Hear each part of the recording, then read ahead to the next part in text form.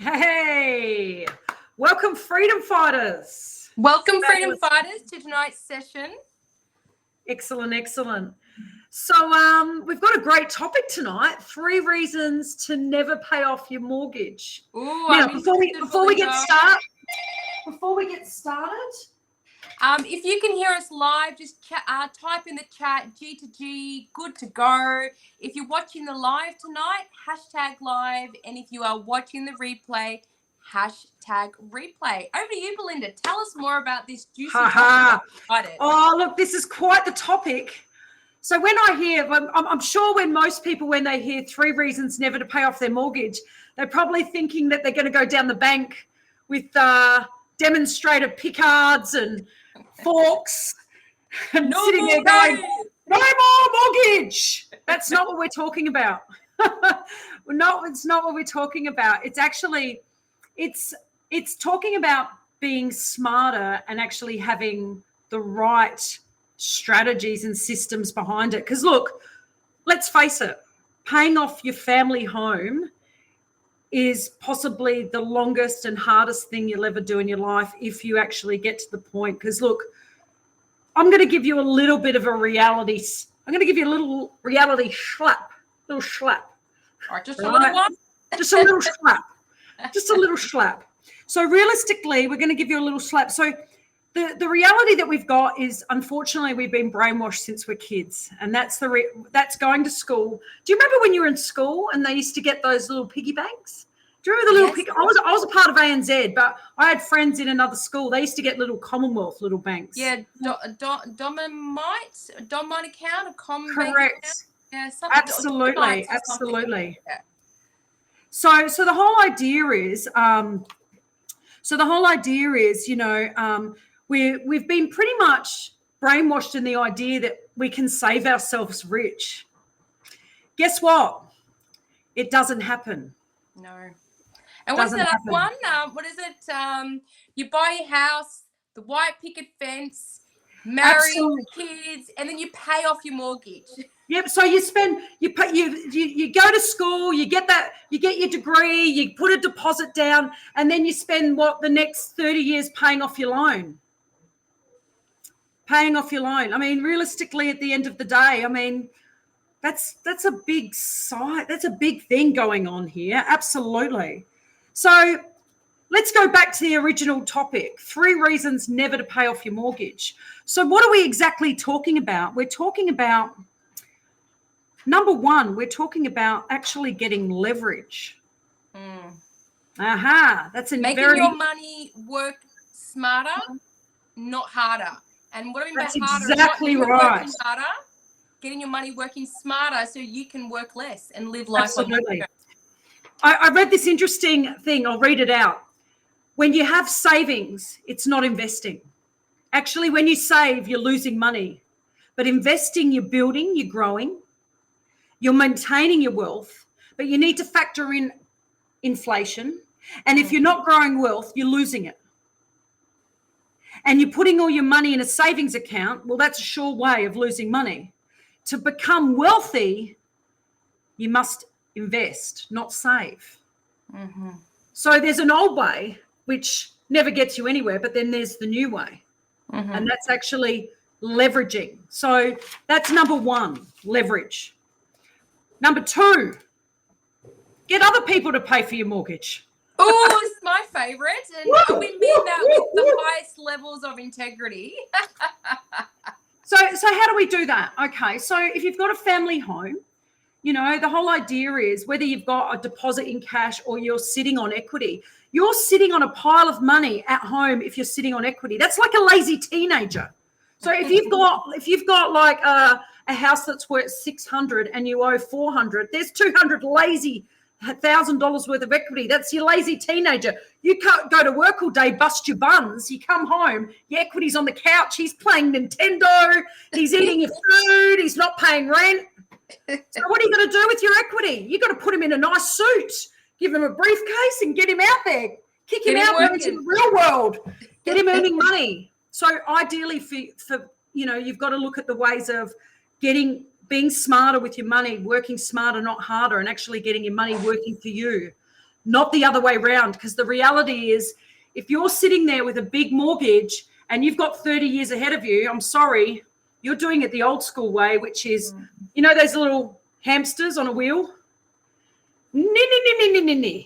You're a hamster. I'm sorry. I don't need to offend you. I mean, hamsters, they're cute little gerbils, but... Look, I was a hamster in a former life. They make great pets. Smarter.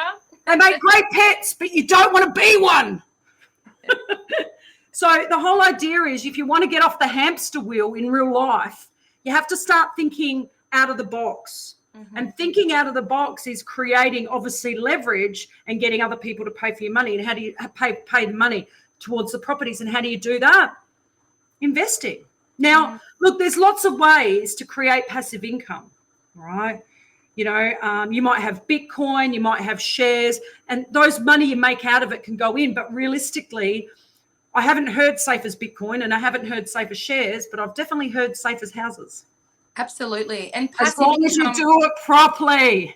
Correct. And passive income is where you want to start, you know, navigating your strategies towards, because this is money that you're making whilst you're sleeping, eating, you know, everything. It's just that money that's constantly churning in the background, and every property you secure, there's more peace of mind because there's more passive income coming through. Absolutely, 100%. And you know, it's all about, it goes back to the leverage. But you know, if you've got a family home and you're sitting on all this equity, all you need is a little bit out of it, playing it conservatively, and getting that money into a good investment property that's actually going to start creating tax dollars and cash flow. That is not only going to help pay the property, but then long term is actually going to start. Now, we're not saying we're getting rid of it. We're going to slice a little bit of your mortgage town off, a little bit of mortgage town. You know, slice a little bit of that cake off the mortgage. You know what I'm saying? And that's what Belinda's saying, by getting other people to pay your mortgage. It is the tax man, the tax benefits if you do it smart and you're buying brand new, and your tenant. So your tenant and the tax man are the ones that are paying down that mortgage for you. Absolutely. And it's getting the right strategy towards getting other people and other activities to help pay the mortgage. So going back to the original topic, 3 reasons not to pay your mortgage, think of smart ways for other people to pay your mortgage. I mean, come on, that's what we're talking about here, right? Absolutely. And look, number 3, if we're going to go to this effort of, you know, getting investments and passive income, you might as well create your own financial wealth as well. Mm-hmm. Like, that's the big picture, you know. Look, this is not a get rich quick. It's slow and steady. But if you can turn a 30-year loan down to 10 years and then create financial freedom on the side as well, mate, that's bonus town. That's what you want. Yeah. Right? That's what it's all about. And, you know, financial freedom is, you know, again, it's actually getting your properties working for you, not the other way around. Yeah. And because having a mortgage is you're on the hamster wheel and you've got no leverage, you've got no nothing. You get in a good investment property, that's actually going to really start, you know, helping paying. I'm not saying it's going to completely get rid of your mortgage, but it'll definitely take off the pressure. We don't need the pressure. Yeah, absolutely, Linda. Absolutely. So there you go. There's my 3. What do you reckon? If you've got some comments, put a comment in. If you've got a question, if you've got any questions, someone, I can't seem how to bring this up, but I think we've got Nick who's gone live. He said, "Get the hamster out of the box. Get the hamster out the box. Get him off that wheel. Yeah, off the ferry-go-round. You know, there we go. Perfect. Did you put that in, Charmaine? Oh no, No. But look, what I love about Nick's actually one of our members, and thanks, Nick, legend. And I want to put a bit of a shout out to Nick, because he's definitely done getting out of the hamster wheel, and more importantly, you know, getting out of the box, because he's had a few brokers that said no, you know, can't do anything right now. Another one said wait until you get back from overseas. And knowing Nick, because you know he wants a property, he's going to make it happen. He kept shopping around and is currently in the process of getting some equity out and getting ready for his next purchase. So Shout out to you, Absolutely. Nick, for not taking no for an answer and sticking to your goals and making it happen.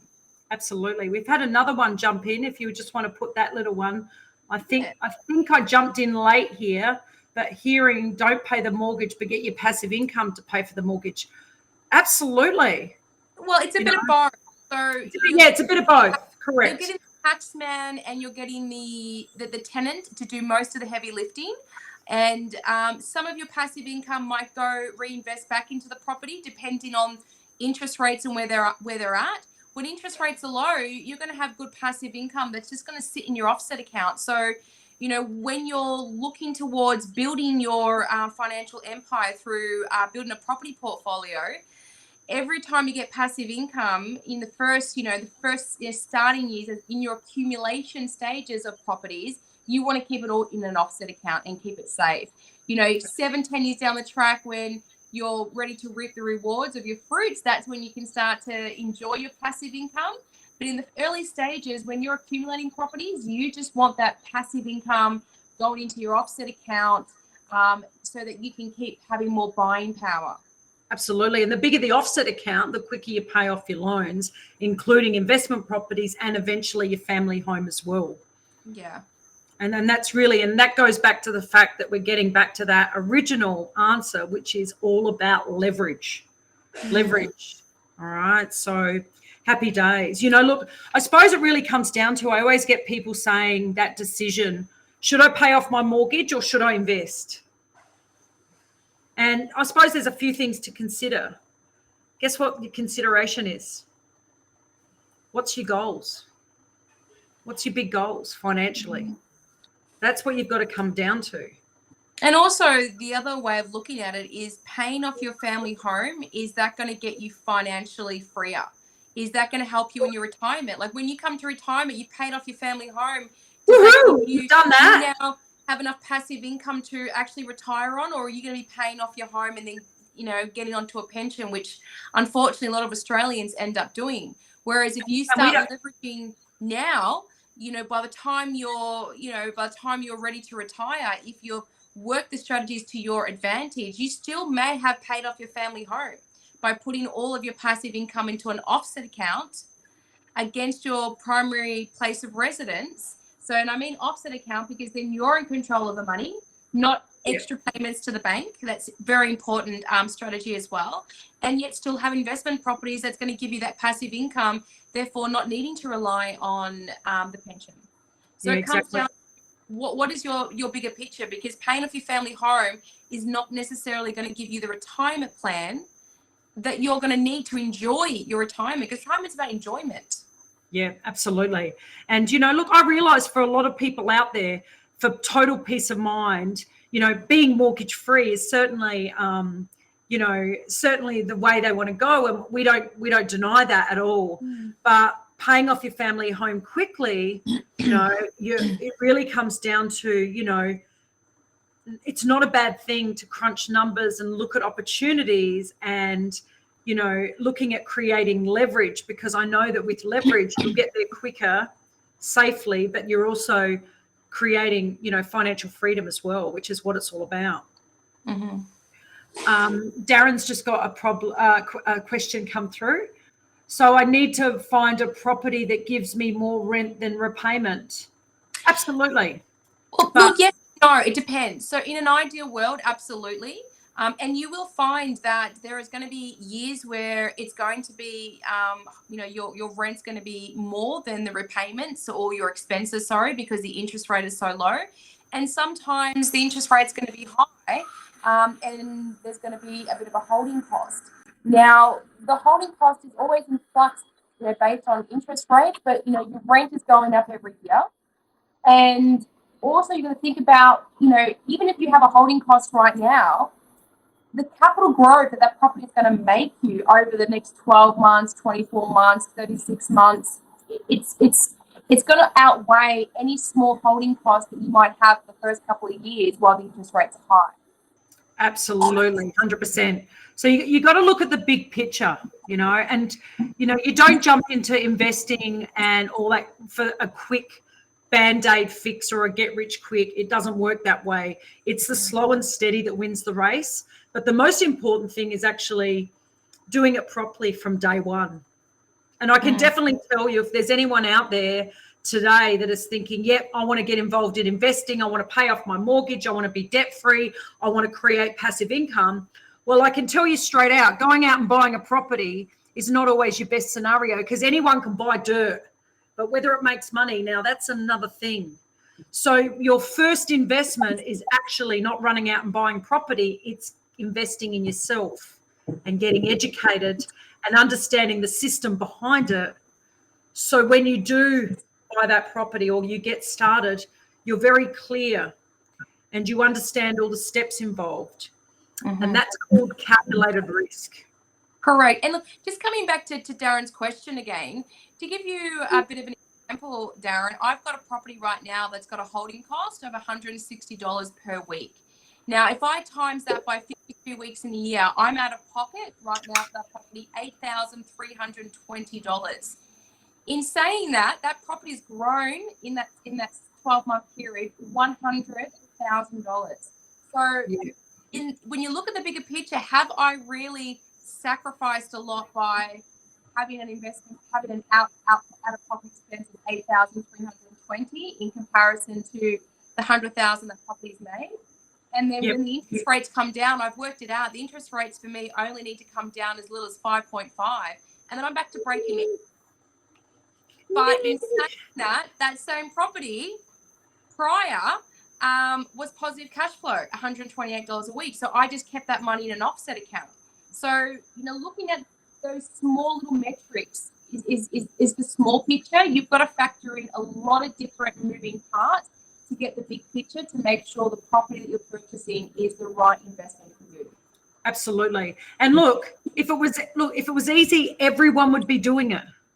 We're not here to sugarcoat it, but what it comes down to is you need the right system and strategy before you go do it. But you need the right team too, because you can have all the strategies in the world, but you need your support team around you. We have it as, let's say, this is our dream team, as well as the community. This is why we're here every Thursday. Absolutely. To help absolutely. And we're here for the long game. We're here for our members, the long game. So look, if you wanted a body like Arnold Schwarzenegger, imagine having Arnie as your coach. You probably wouldn't miss a session, right? Right. And look, these businesses these days, a lot of big businesses, they're getting business coaches coming in. Even if they can get 10, 15, 20% more profit, they've made their money. Happy days.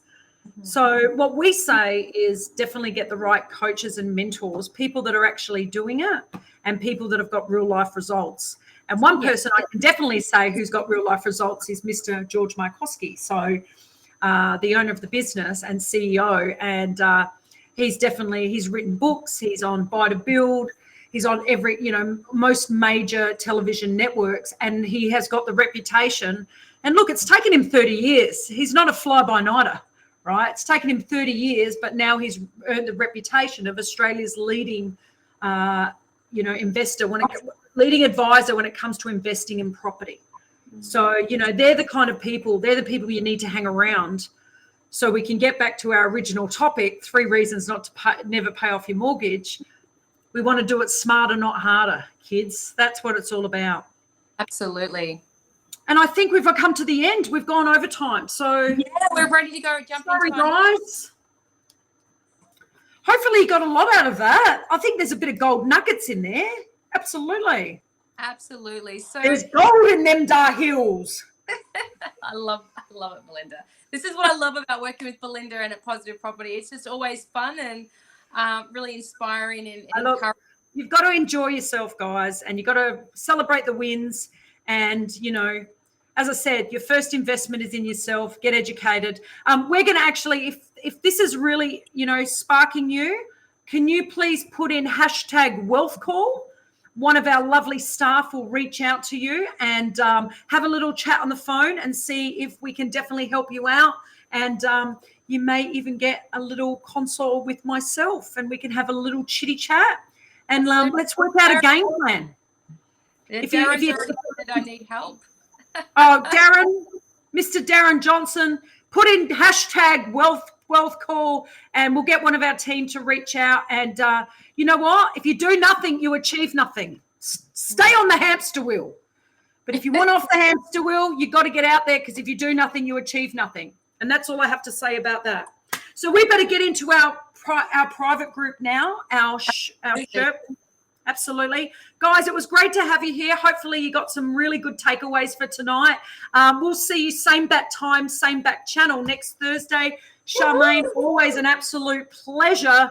Remember, hashtag wealth call if you want someone to reach out, and, we'll have a bit of a chat to you. Only goes for 10 minutes, and see if we can definitely help you out. Happy days. Thank you, everyone. Bye. Amazing. Have a great weekend.